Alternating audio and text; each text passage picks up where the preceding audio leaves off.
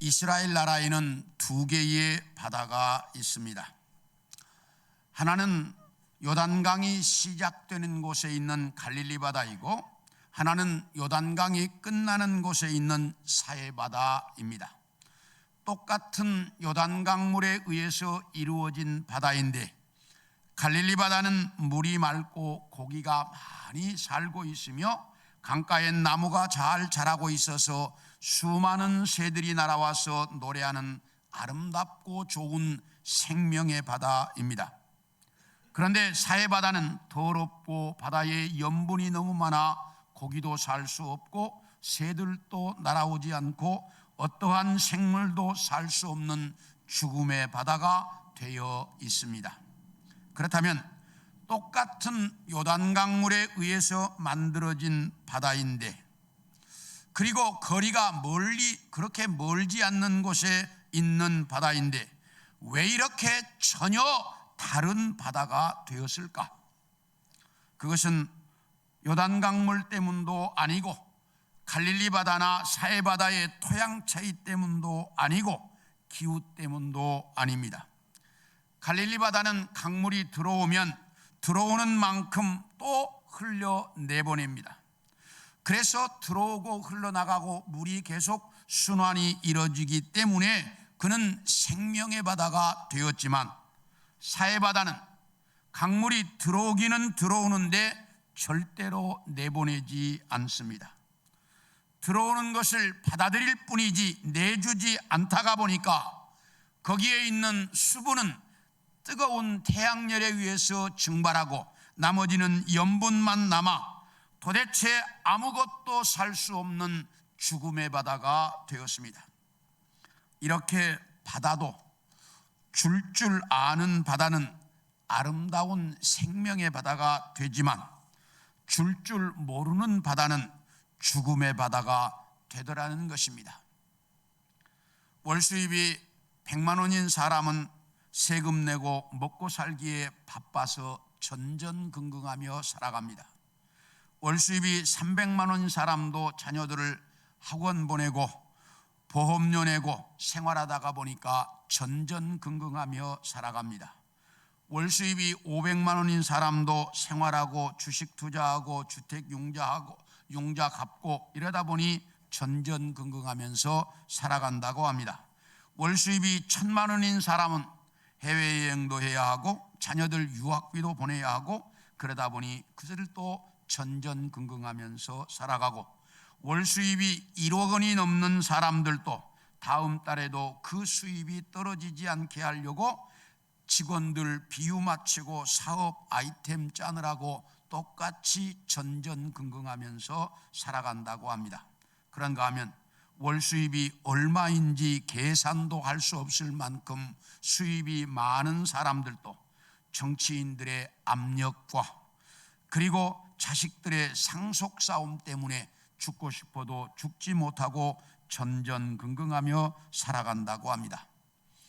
이처럼 내게 들어오는 수입이 얼마인지 아무 관계없이 모든 사람들은 누구나가 다 전전긍긍하면서 살아가는데, 중요한 것은 내게 들어오는 수입이 얼마든지 내보낼 줄 아는 사람은 갈릴리 바다처럼 생명의 바다가 되어서 살아가지만, 내보낼 줄 모르는 사람은 사해 바다처럼 죽음의 바다와 같은 인생을 살아간다라고 말합니다. 오늘 여러분에게 읽어드린 이 본문의 내용은 여러분들이 너무나 잘 알고 있는 내용입니다. 그런데 많은 사람들이 예수님께서 왜 이 이적을 행하셨는지에 대해서는 잘 모릅니다. 그래서 오늘은 예수님께서 왜 이 이적을 행하셨을까 하는 것에 대한 말씀을 여러분들과 같이 좀 나누려고 합니다. 첫째, 때가 이르지 않았는데도 주님은 이 기적을 행하셨다는 사실입니다. 우리 1절을 같이 한번 읽겠습니다. 시작. 사흘째 되던 날 갈릴리 가나에 혼례가 있어 예수의 어머니도 거기 계시고, 여기 몇째 되는 날이요? 사흘째 되던 날이라고 말합니다. 그러면 이 날이 어디서부터 사흘째 되던 날일까? 우리 요한복음 1장 29절을 보겠습니다. 시작. 이튿날 요한이 예수께서 자기에게 나오심을 보고 이르되, 보라, 세상 죄를 지고 가는 하나님의 어린 양이로다. 여기 보면 이튿날이라고 하는 단어로 시작을 합니다. 그러면 여기가 이튿날이면 첫째 날은 언젠가? 그 앞에 나오는 내용으로서 유대인들이 사람을 보내서 세례 요한에게 물었습니다.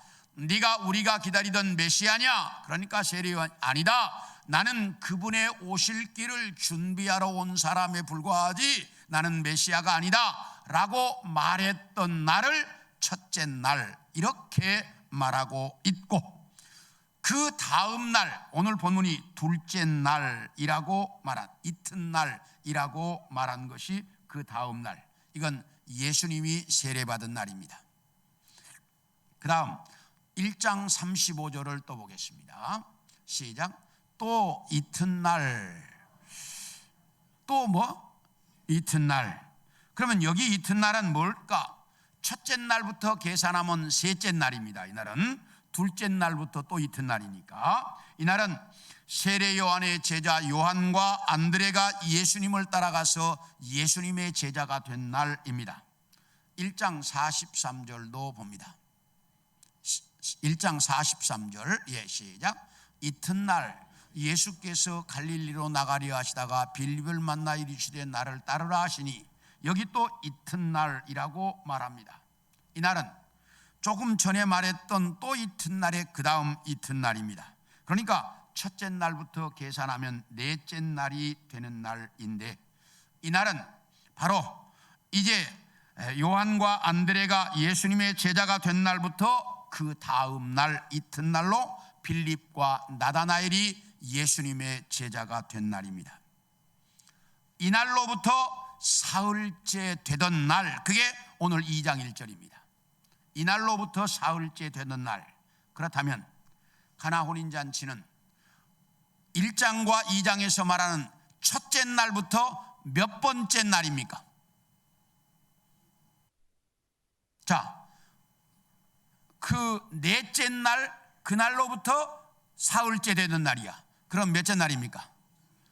7일째 되는 날입니다. 이 2장 1절을 쫙 계산하면, 1장부터 계산하면 7째 날입니다.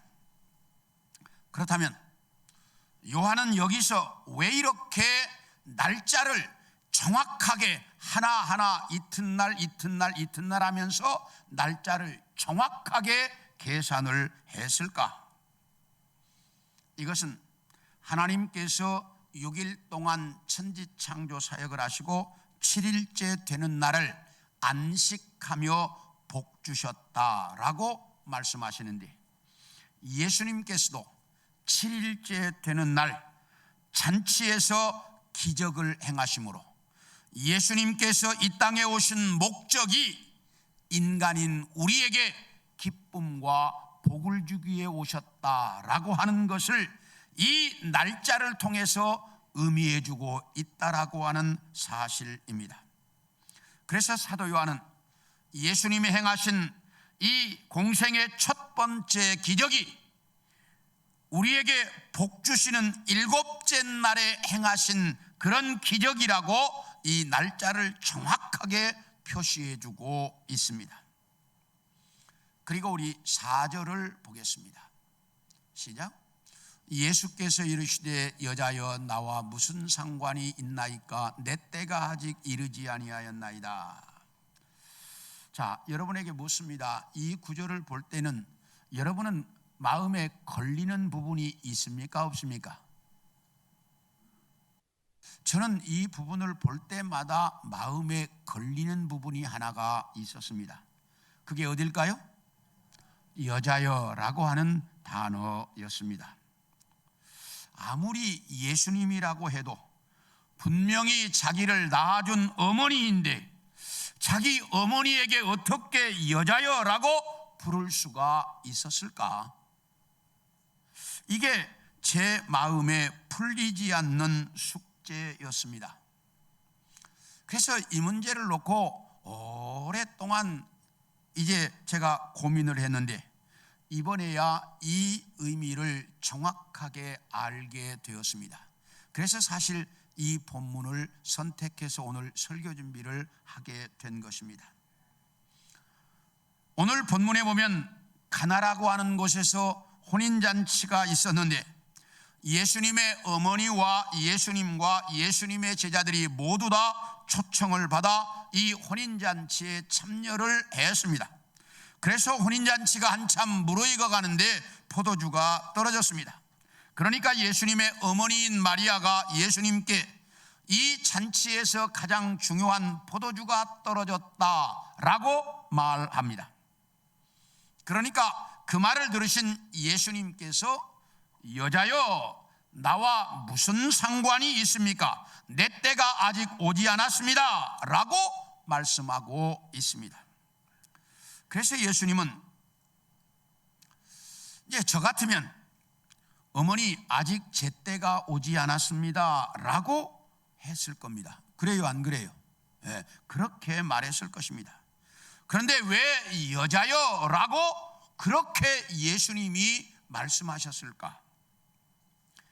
만약 여러분들 중에 누가 자기 친어머니를 여자여 라고 불렀다면 뭐라고 그러겠어요? 예? 뭐라고 그러겠어요? 천하의 불효자라고 그러겠죠. 그렇죠? 예, 아마 천하의 불효자라고 불렀을 것입니다. 그런데 예수님이 여기서 여자여라고 부르고 있습니다. 이 여자애라고 하는 단어는 헬라 원문의 귀나이라고 하는 단어로 되어 있는데 이 귀나이는 보통 여자들을 부를 때 평범하게 쓰는 단어입니다. 우리 다 같이 마태복음 15장 28절을 봅니다. 시작.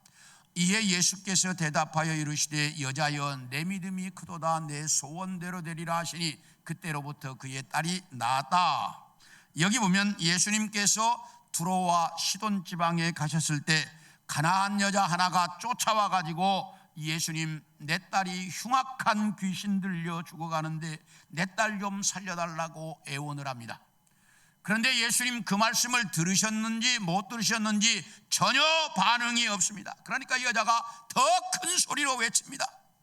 그러니까 제자들이 말합니다. 선생님, 저 여자 때문에 시끄러워서 못 있겠습니다. 제발 저 여자 좀 어떻게 해서 돌려보내 주세요. 그러니까 예수님께서 뭐라고 말씀하시는 거니 이렇게 말합니다. 자녀들의 떡을 취하여 개들에게 주지 않는다. 그러니까 이 여자가 귀도 밝아요. 그 얘기를 듣고는 쫓아와 가지고 선생님 그 말씀이 맞습니다. 그런데 개들도 주인의 상에서 떨어지는 부스러기는 먹습니다. 그러니까 그 말 들으신 예수님께서 여자여 내 믿음이 크도다 네 소원대로 되리라 라고 말씀하십니다. 이럴 때 쓰는 단어가 귀나이라고 하는 단어입니다. 우리 하나를 더 보겠습니다. 요한복음 20장 13절입니다. 시작. 천사들이 이르되 여자여 어찌하여 우느냐 이르되 사람들이 내 주님을 옮겨다가 어디 두었는지 내가 알지 못함이니이다. 예수님의 시체가 없어진 것을 확인하고 예수님의 무덤가에서 울고 있는 마리아에게 나타난 두 천사가 마리아에게 여자여 왜 울고 있느냐라고 말할 때 이럴 때 쓰는 단어가 귀나이 여자라고 하는 단어였습니다. 이처럼 귀나이는 일반적으로 여자들을 부를 때 사용하는 단어입니다.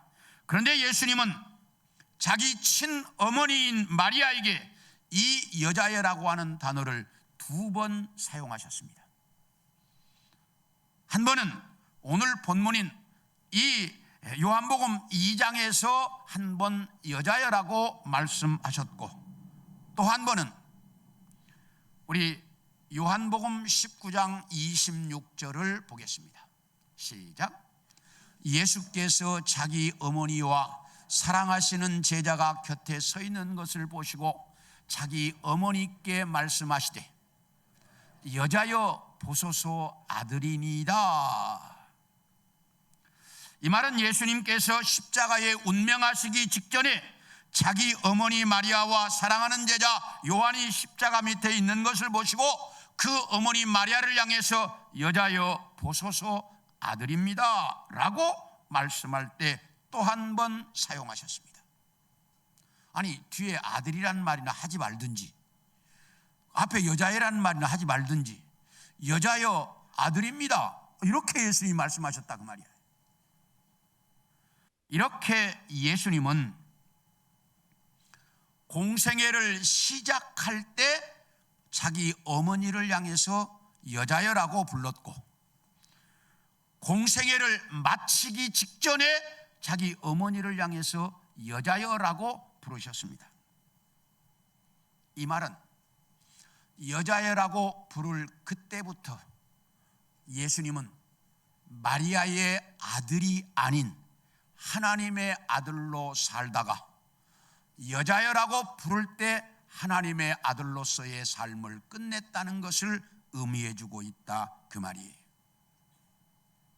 그래서 여자애라고 부를 때부터 여자애라고 부를 때까지가 뭔 생애? 예수님의 공생애 3년이었습니다. 그러므로 오늘 본문에서 여자애라는 이 단어는 어머니께서 나에게 포도주를 부탁하시니 내가 이 포도주를 만들겠습니다. 그러나 내가 이 포도주를 만들고 나면 지금부터 나는 어머니의 아들이 아닌 하나님의 아들로서 살게 됩니다. 이걸 의미하고 있었다 그 말이에요.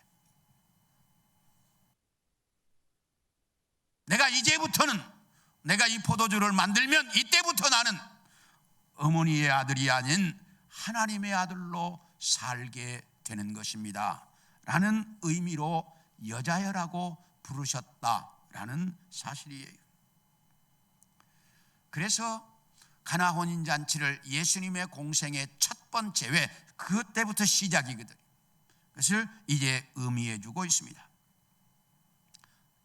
그리고 예수님은 어머니 마리아의 부탁을 받고 아직 내 때가 오지 않았다고 분명하게 말씀하셨으면서도 떨어진 포도주를 만들어 주셨습니다. 그렇다면 예수님은 왜 어머니를 여자애라고 부르면서까지 이 기적을 행하셨을까? 우리 11절을 보겠습니다. 시작. 예수께서 이 첫 표적을 갈릴리 가나에서 행하여 그의 영광을 나타내심에 제자들이 그를 믿으니라. 여기 보면 예수님께서 행하시는 이 기적을 보고 제자들이 예수님을 믿었다라고 말씀하고 있습니다. 예수님은 분명히 어머니의 부탁을 받고 이 기적을 행하셨지만 거기에는 또 다른 중요한 목적이 있었는데 그건 그의 제자들 때문이었다는 사실입니다. 자기 제자들이 예수님이 선택은 하셨지만 아직 그들이 예수님이 누구인지 정확히 모르고 믿지 못했습니다. 그래서 어머니의 부탁을 통해 제자들을 믿도록 하시려고 이 기적을 행하셨다라고 말씀하고 있습니다. 제자들은 예수님이 십자가에 돌아가시고 부활하실 때에도 예수님을 잘 믿지 못했습니다. 그러므로 여기서 믿었다는 말은 예수님에 대해 제자들이 믿기 시작했다라는 의미입니다. 물로 포도주를 만드시는 것을 보고 저분이 진짜 하나님의 아들 메시아구나 라고 제자들이 믿기 시작했다는 말입니다. 예수님은 이렇게 제자들의 믿음을 위해서 아직 때가 오지도 않았는데도 물로 포도주를 만드셨습니다. 이렇게 주님은 제자들의 믿음을 위해서 행하셨을 뿐만 아니라 여러분과 저의 믿음을 위해서 십자가에 자기 생명을 바치셨습니다. 이렇게 주님은 우리의 믿음을 위해 모든 걸 다 해주셨다는 거예요. 이 사실을 정확하게 믿고 정말 이 땅에서 제대로 주님을 믿고 살아가는 우리 성도들이 되어지기를 축원합니다. 둘째로, 말씀대로 되어지는 걸 보여주셨다는 사실입니다. 우리 5절을 보겠습니다. 시작. 그의 어머니가 하인들에게 이르되 너희에게 무슨 말씀을 하시든지 그대로 하라 하니라.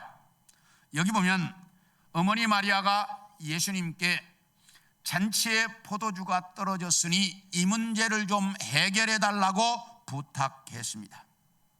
그때 예수님은 분명히 아직 자기 때가 오지 않았다라고 거절하셨습니다. 그러나 마리아는 자기를 여자여라고 부르는 것을 들었을 때 예수님께서 분명히 이 문제를 해결해 주시려는 걸 알았던 것 같습니다. 그래서 하인들에게 저분이 너에게 무슨 말씀을 하든지 그대로 해라, 이렇게 지시했습니다. 그때 예수님께서 돌 항아리 6개를 보셨는데 이 돌 항아리를 오늘 본문은 정결 예식에 쓰는 물을 담아두는 항아리라고 말씀하고 있습니다. 그렇다면 정결 예식이 뭘까? 이 정결 예식이 뭘까? 유대인들은 밖에 나갔다가 들어오거나 손님이 자기 집에 오면 누구나가 다 손과 발을 씻는 물을 줍니다. 그렇죠? 여러분들이 잘 아시는 얘기예요. 그러면 왜 그 물을 줍니까? 물론 위생상 먼지가 많은 지역이기 때문에 먼지를 씻기 위해서도 줍니다. 그러나 그것보다 더 중요한 것은 밖에 나가서 부정한 사람들을 만나가지고 부정한 것이 내 몸에 옮아왔을까 더불어서 그 부정한 것을 씻어낸다는 의미가 더 강했습니다. 그래서 여기 정결예식이라고 말합니다. 그러므로 밖에 나갔다가 들어오거나 외부에서 손님이 오면 부정한 걸 다 씻어야 돼. 그렇기 때문에 물이 꼭 있어야 되는데 동이 하나만 놔두면 물이 떨어질 수도 있어요. 그러니까 동이를 6개 두었어요. 여기는 6개씩이나 두었어요. 그리고 물을 담아두었던 것입니다. 예수께서 이 항아리를 보시고 저 항아리를 채워라, 이렇게 말씀합니다. 그러니까 마리아의 지시를 이미 받았던 하인들이 그 물을 아구까지 6개 항아리를 다 채웠습니다. 그러니까 예수님께서 이제는 그것을 떠서 연회장에게 가져다 주어라 라고 말씀합니다. 그러니까 하인들이 예수님의 말씀대로 그것을 떠서 연회장에게 가져다가 주었습니다. 그랬더니 연회장이 이 포도주를 맛보고는 신랑을 불러서 이렇게 말합니다. 대부분의 잔치에서는 처음에 좋은 포도주를 내오고 어느 정도 취한 다음에는 좋지 않은 포도주를 내오는 것이 상식인데 어떻게 당신은 이렇게 좋은 포도주를 지금까지 남겨두었다가 이제야 가져왔느냐고 그렇게 놀라고 있습니다. 분명히 하인들이 그 돌 항아리에 채운 것은 뭐였습니까? 물이었습니다. 그런데 물이 항아리에 있을 때 포도주가 되었는지 떠서 가지고 가는 중에 포도주가 되었는지는 알 수 없지만 연회장의 손에 들려졌을 때는 분명히 뭐가 되었습니까? 포도주가 되어 있었습니다. 그런데 이 과정을 보면 모든 것이 다 누구의 말씀대로? 예수님의 말씀대로 했을 뿐입니다. 물을 채워라, 떠서 가져다 주어라.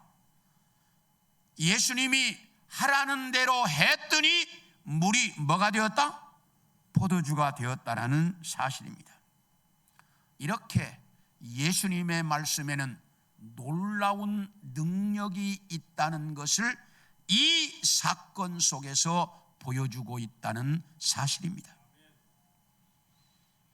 그러면 왜 그럴까? 우리 함께 요한복음 1장 1절을 봅니다. 시작. 태초에 말씀이 계시니라. 이 말씀이 하나님과 함께 계셨으니 이 말씀은 곧 하나님이다.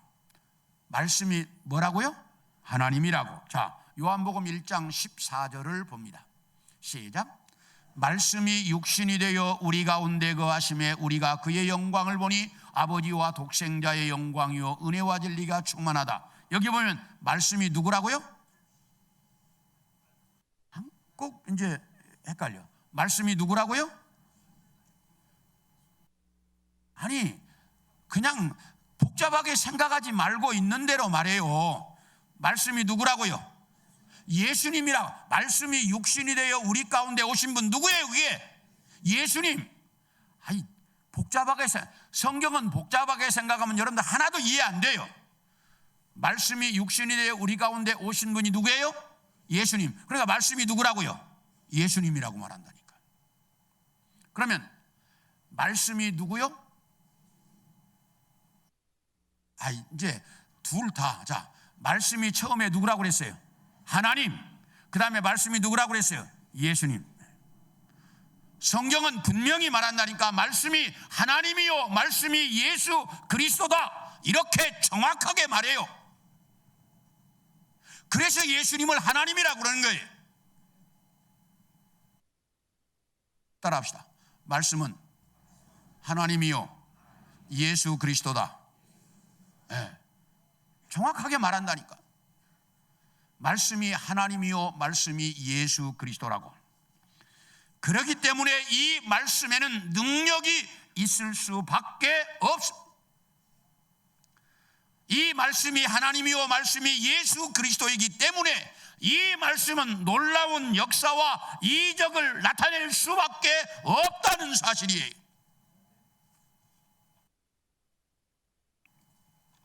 우리 미가서 5장 2절을 보겠습니다. 시작. 베들레헴 에브라다야, 너는 유다 족속 중에 작을지라도 이스라엘을 다스릴 자가 내게서 내게로 나올 것이라. 그의 근본은 상고의 영혼에 있느니라. 이 말씀은 무슨 말씀이에요?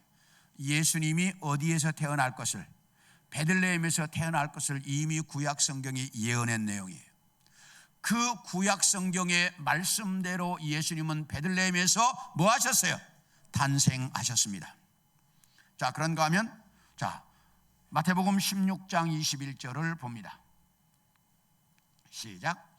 이때부터 예수 그리스도께서 자기가 예루살렘에 올라가 장로들과 대제사장들과 서기관들에게 많은 고난을 받고 죽임을 당하고 제3일에 살아나야 할 것을 제자들에게 비로소 나타내셨다. 여기 보면 예수님 뭐라고 했어요? 나는 예루살렘에 올라가서 십자가에 죽고 사흘 만에 뭐 할 거다?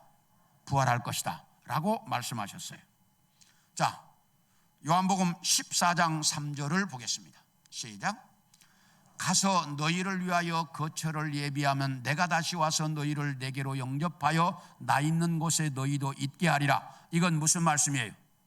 주님이 뭐 하실 것이라고? 재림하실 것이라는 약속이에요. 자, 저를 보세요. 말씀대로 예수님은 베들레헴에서 탄생하셨고, 말씀대로 그는 십자가에 죽으셨고, 말씀대로 그는 사흘 만에 부활하셨고, 그분이 내가 다시 오실 것이라고 말씀하셨기 때문에 우리는 그 말씀을 믿고 주의 재림을 뭐 하는 거예요? 기다리는 겁니다. 이렇게 말씀은 역사 이래 한 번도 틀린 적이 없고, 이 말씀은 놀라운 창조의 역사를 이루는 하나님이요 예수 그리스도예요.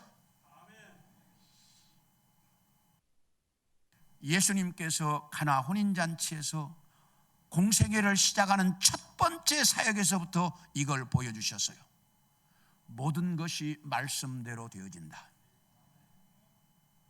이걸 보여주시기 위해서 이 가나 혼인잔치의 기적을 행하셨다는 거예요. 모든 게 뭐대로 된다?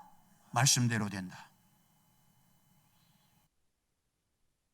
이 가나 혼인잔치 사건을 통해서 우리는 이 사실을 정확하게 알고 이 땅에서 말씀대로 된다는 사실을 알고 이 말씀을 믿고 살아가는 우리 성도들 모두가 되어질 수 있기를 축원합니다. 네. 마지막으로 예수님은 이 잔치에 흥이 깨지는 것을 원치 않으셨다는 겁니다. 자, 10절을 보겠습니다. 시작. 말하되 사람마다 먼저 좋은 포도주를 내고 취한 후에 낮은 것을 내거늘 그대는 지금까지 좋은 포도주를 두었도다 아니라. 여기 보면 연회장이 뭐라고 이야기하냐면, 이 물로 만든 포도주를 먹어보고 나서 지금까지 마셨던 것보다 이 포도주가 뭐하다? 훨씬 더 좋다, 이렇게 말하고 있습니다. 그렇다면 예수님은 그때까지 먹고 있던 포도주보다 왜 이렇게 훨씬 더 좋은 포도주를 만들어 주셨을까? 분명히 내 때가 오지 않았다라고 말씀하셨으면서도 왜 이렇게 더 좋은 포도주를 만들어 주셨을까? 우리는 잔치하다가 음식이 부족하면 어떻게 합니까? 예? 옆에 가서 사오거나 또 빌려오거나, 사올 수도 없고 빌려올 수도 없으면 어떻게 합니까? 고개 숙여서 미안하다고, 정성껏 준비한다고 했는데 손님이 너무 많이 오는 바람에 음식이 떨어져서 정말 죄송하다고 그렇게 인사하고 끝내지요. 그래요, 안 그래요? 그렇습니다. 그렇다면 예수님도 어머니 마리아가 부탁했지만 아무것도 안 하고 가만히 있었으면 어떻게 되겠어요? 잔치가 조금 흥이 깨지고 즐겁지 않고 미안하고 체면이 깎이는 일이었을 뿐이지만 주인이 나와서 죄송하다고 사과하고 끝났겠죠. 그렇잖아요. 그 포도주 없다고 해서 잔치가 무효되는 것도 아니고 사람이 죽는 것도 아니고 포도주가 없다고 해서 그렇다고 해서 거기 난리 나는 것도 아니잖아요. 예수님이 가만히 계셨으면 돼요. 그런데 내 때가 오지 않았다라고 말씀하시면서도 왜 이렇게 더 좋은, 그때까지 마셨던 것보다 훨씬 더 좋은 포도주를 왜 만들어 주셨을까 하는 거야. 이렇게 만들어 주신 이유는 예수님이 이 땅에 오신 목적이 결부되어 있기 때문입니다. 예수님이 이 땅에 오신 것은 우리를 죄에서 구원하여 우리가 이 땅에서 복되고 아름다운 인생을 살아가도록 하기 위해 이 땅에 오셨습니다. 그러므로 이 잔치가 흥이 깨지는 것을 주님은 원치 않으셨어요. 왜? 이 잔치가 더 흥겨워지고 재미있어지도록 만들어 주셔야 예수님이 이 땅에 오신 목적과 일치한다는 사실입니다. 그래서 예수님은 자기 때가 되지 않았으면서도 더 좋은 포도주를 만들어서 이 잔치가 더 흥겨워지도록 만들어 주셨다라고 하는 사실이에요. 왜? 예수님이 이 땅에 오신 것이 우리 인간들이 더 흥겹게 살아갈 수 있도록 하기 위해 오셨기 때문이에요. 이걸 지금 가르쳐 주셨다는. 사랑하는 성도 여러분, 예수님은 우리를 죄에서 구원해서 기쁘고 즐겁고 행복하게 살아가도록 하려고 이 땅에 오셨습니다. 이것을 예수님은 공생의 맨 처음 사역인 이 가나 혼인잔치에서부터 보여주고 가르쳐주고 있었다는 거예요. 그러므로 우리는 예수 믿는 사람들로서 이 땅에서 살아가는 날 동안 정말 기쁘고 행복하고 즐겁게 살아갈 수가 있어야 합니다. 그런데 예수 믿는다고 말은 하면서 세상 모든 무거운 짐은 혼자 다 진 것처럼 얼굴에는 그냥 근심 걱정이 찌들어 있고 한 걸음만 더 가면 쓰러질 것 같은 모습으로 살아가고 있는 사람들이 우리 믿음의 사람들 중에도 너무나 많이 있다는 거예요. 그런데 주님은 우리를 그렇게 살게 하려고 이 땅에 오시지 않았습니다. 주님은 우리가 이 세상에서 정말 흥겹고 기쁘고 행복하게 살도록 해주려고 이 땅에 오셨다는 사실이, 인간은 누구나 인생의 무거운 짐을 지고 살아갑니다. 그런데 우리에게는 그 짐을, 내 인생의 짐을 대신 져주실 분이 있습니다. 그게 누굽니까? 주님입니다. 뭐라고 말씀합니까? 수고하고 무거운 짐진 자들아 다 내게로 오라.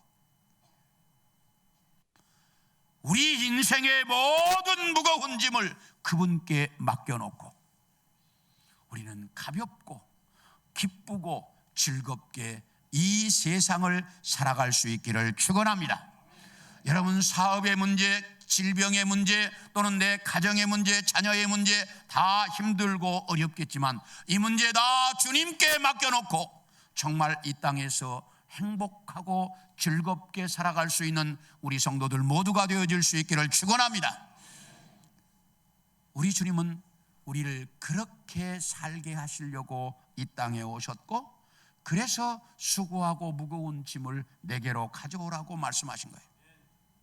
이제 그분께 우리의 인생의 짐은 다 맡겨놓고 정말 가볍게 그리고 즐겁게 살아가는 우리 성도들 모두가 되어질 수 있기를 축원합니다.